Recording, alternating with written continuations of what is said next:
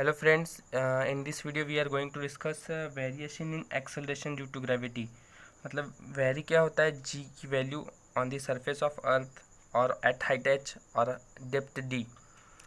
तो पहले हम डिस्कस करेंगे change along the surface of earth. ये जो क्वेश्चंस है ये न्यूमेरिकल टाइप्स में ज़्यादा इंपॉर्टेंट नहीं रखता है, पर ये क्वेश्चंस ऑब्जेक्टिव बेस पे एग्ज़ाम में आ सकते हैं। बोर्ड एग्ज़ाम में 1-2 मार्क्स के लिए पूछा जा सकता है। Change along the surface of earth, अब ये जो रहता है ग्रेविटी होती है, ये जो लाइन है ये ग्रेविटी जो होती है इक्वेटर ऑफ अर्थ, इक्वेटर पे जी की वैल्यू कितनी रहती है। ये जो स्ट्रेट लाइन दिख रही है ग्रेविटी पोल्स पे कितनी रहती है। तो ग्रेविटी, ये दो सरफेसेज है हमारे अर्थ के ऊपर जहाँ वैल्यू चेंज होता है। फर्स्ट ऑफ ऑल हम डिस्कस करेंगे ग्रेविटी एट पोल्स कितना रहता है एंड ग्रेविटी एट अर्थ कितना होता है। तो अगर हम जी की वैल्यू देखेंगे तो जी की वैल्यू हमको पता है Gm/r², ये हमारा फार्मूला है। तो अगर ग्रेविटी जैसे जैसे बढ़ेगी वैसे वैसे रेडियस डिक्रीज़ होगा, ऐसा दिखता है। मतलब अगर जितनी ग्रेविटी ज़्यादा, इन्वर्स रिलेशन है दोनों के बीच में। तो देखिए अगर हम देखेंगे तो यहाँ रेडियस, इधर रेडियस क्या है एज़ कम्पेयर टू इस लाइन से छोटी है। मतलब ग्रेविटी जो है ये क्या होती है, पोल्स पे ग्रेविटी मैक्सिमम होती है, क्योंकि वहाँ की रेडियस कम है। तो अगर मैं कंक्लूजन दूँ तो रेडियस क्या होती है पोल्स पर कम होती है और रेडियस जो इक्वेटर पे होती है वो ज़्यादा होती है। तो ये रिलेशन है, gravity is maximum at poles and gravity is minimum at equator. तो ये पॉइंट बस याद रखिए, सारा प्रॉब्लम सॉल्व हो जाएगा। Gravity is maximum at poles and gravity is minimum at equator. ठीक है, तो ये वैरी होता है अर्थ सरफेस पे। दूसरा जो पॉइंट है कि क्या चेंज होता है, चेंज विथ हाइट के साथ क्या चेंजेस होते हैं। अब वापस अगर हम एक हिसाब से अर्थ का ये सरफेस है और यहाँ से हम ऊपर जा रहे हैं, मतलब क्या हो रहा है कि अगेन इस ग्राफ को देखिए, अगर ये सरफेस है और हम यहाँ से ऊपर जा रहे हैं तो कुछ हाइट बाट ये रेडियस बढ़ रही है। मतलब अगर रेडियस 6400 किलोमीटर है तो उससे ज़्यादा बढ़कर 6410 किलोमीटर 20 किलोमीटर हो जा रही है। मतलब क्या कि रेडियस बढ़ रहा है, और रेडियस बढ़ रहा है मतलब ग्रेविटी डिक्रीज हो रही है। तो हाइट क्या होता है, एज वी गो अपवर्ड्स, जैसे जैसे हम हाइट बढ़ाते हैं ग्रेविटी क्या होती है, डिक्रीजेस, क्योंकि रेडियस बढ़ा। और अगर रेडियस बढ़ रहा है तो ग्रेविटी डिक्रीज होगी, क्योंकि हमारा फार्मूला वो रिलेशन बताता है हमें। देन थर्ड पॉइंट क्या है, कंसेप्ट से 1-2 मार्क्स के लिए पूछते हैं, इसलिए ज़्यादा सोचने वाली बात नहीं है इस पर। अब अगर टेक्स्ट बुक में देखेंगे तो हमको कुछ वैल्यूज़ भी दिए हुए हैं ग्रेविटी की, जैसे कि सरफेस ऑफ द अर्थ पे कितनी रहती है वैल्यू 9.8। फिर अगर माउंट एवरेस्ट पे जाओगे तो उसकी वैल्यू कुछ 9.8 के पास ही रहती है ग्रेविटी की वैल्यू।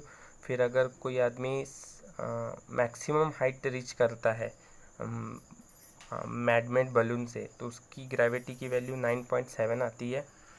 और अगर वो आदमी height at a typical weather satellite, मतलब सैटेलाइट में जाता है तो ग्रेविटी की वैल्यू 8.7 आ जाती है।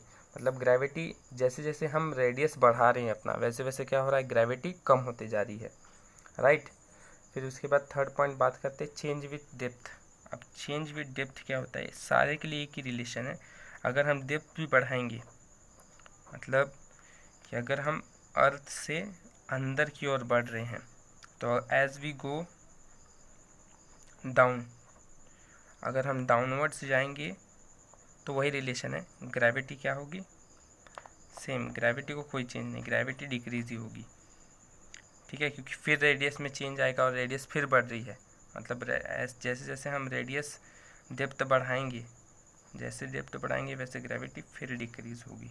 मतलब सिर्फ सिंपल ट्रिक याद रखनी है कि ग्रेविटी जो होती है, conclusion gravity is maximum at poles minimum at equator, पहला पॉइंट।